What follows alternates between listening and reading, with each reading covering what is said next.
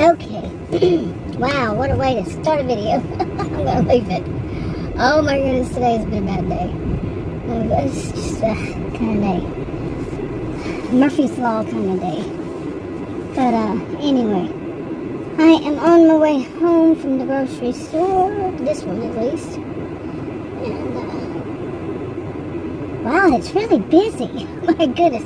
But anyway, have you ever been in a store and there's a cashier who doesn't say a word to you?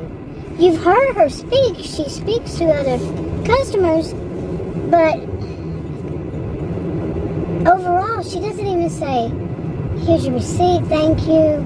None of these, these social norms, and it's a whole social contract. Well, I want to talk about social norms, social contracts. My master's is in sociology. Along this line, etiquette, all of that. Well, not all of it, but hopefully I'm a little irritated in my car. We just had recalls worked in my SUV on it this morning, and I don't know what's going on with it. It's like when it has that, what is it called? We're supposed to save gas, but even while I'm driving, Adam said he thinks that it's because they did something with the computer, that the AI has to get caught up, whatever. But anyway, so back to this about the cashier. I mean, that to me, it's not my first rodeo with them, and with somebody like that. They just don't. It's kind of like, I'm too good for you, and they have that kind of, unlike other people don't have it, they do, it sticks out. That they have this, like, I'm better than you, so of course I would not say thank you to you. This one, actually, she's standing right there, and she hands me the receipt. I said, you're welcome. Wait a second to see if she'd say anything. I've known her to do this before. Adam even told her one time. Something politely about her not saying thank you or something. And I have too, because that's just her demeanor is something else. And anyway, so and I'm sure we're not the only people, because it sticks out. None of the other ones do. But anyway, and I stood there and I was looking, not looking at the receipt, but I was putting the receipt and everything in my purse, and she just wouldn't say anything, and I said, all right, thank you.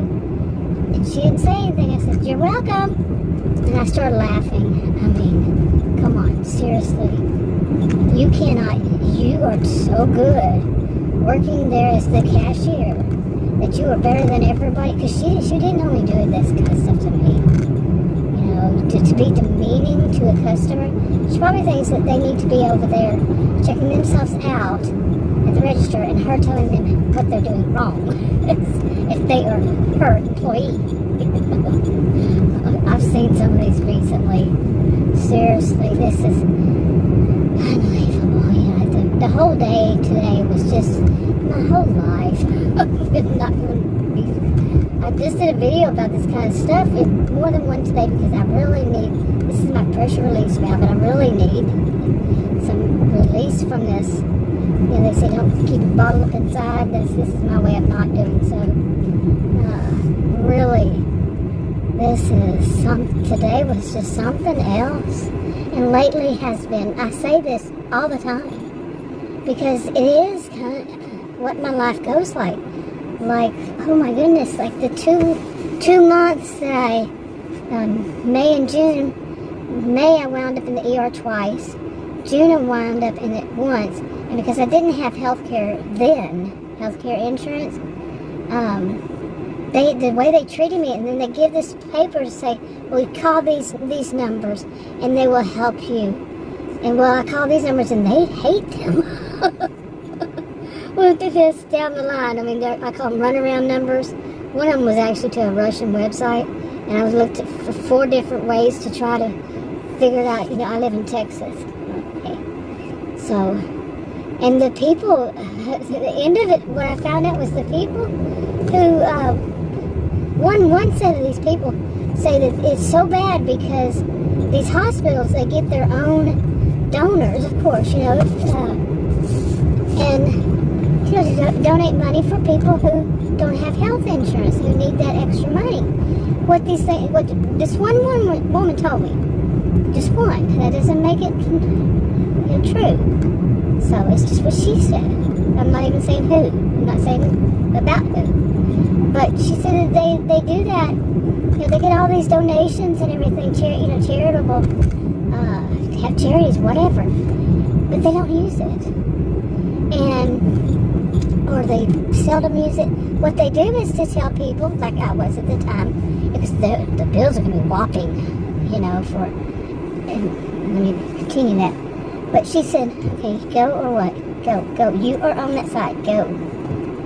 Because you're going to go like you're going to go no matter what. Okay. Anyway. She was itching, I think I was supposed to go, wasn't it? Anyway, she told me that they will use their funds. That not theirs, not the hospitals, but people like them who work in these places that they get their donations too. People donate to them also. It's like,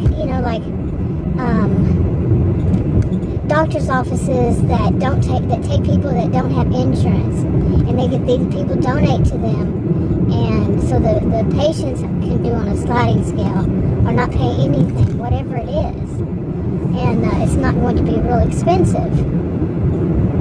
Well, they get donations that cover that, the expenses and all that.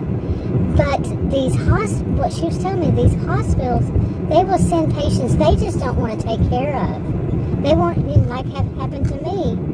They wouldn't even, what I heard mainly was crickets and double talk BS. I mean, even Adam was with me one of the times when one of them was saying something. He said, what did they say? One time, one of the 3 times. What did they even say? Exactly. You can't figure out what they're really saying. And you can just see it in their demeanor. Like one of them said, don't come back to the ER, you hear some numbers. I said, so you're telling me, if I really need to go to the ER, I can't come back. And she stood there like she wanted to tell me no. But that would be, is it illegal? But, because who are they funded by? That one in particular. Not just the donors, but anyway, she said, well, if you have to, yes, you can come back. Yeah, but here's some numbers. They called that. That was the one that had it on the list. Russian websites. It wasn't supposed to be. But they do have a disclaimer at the bottom that says that they're not responsible for all of that. Whatever. That was just one of several. Some of them were so sketchy you wouldn't believe. But one of them, I don't know if it was on that one or the next one I got. No, it was on that one. They don't like the people who are handing them out because they're using their donations, not their own. They are what is the word I'm looking for? But you know what I'm saying? They have their own money. They could be doing this themselves. They could actually spend the time with the patient, but no. You don't have insurance? Like I kept hearing calling those numbers. I kept hearing over and over like a mantra. It was, you don't have health insurance. Or they would say like this. Oh, you don't have health insurance? Well, they will let you die. And I was seriously, I felt like they weren't joking. Because at first it was like, how ominous, 2 months, over 2 months really. Because that's when I started going to the ER was May. But not knowing what was going on with me, I still really don't. I mean, I had got insurance, and,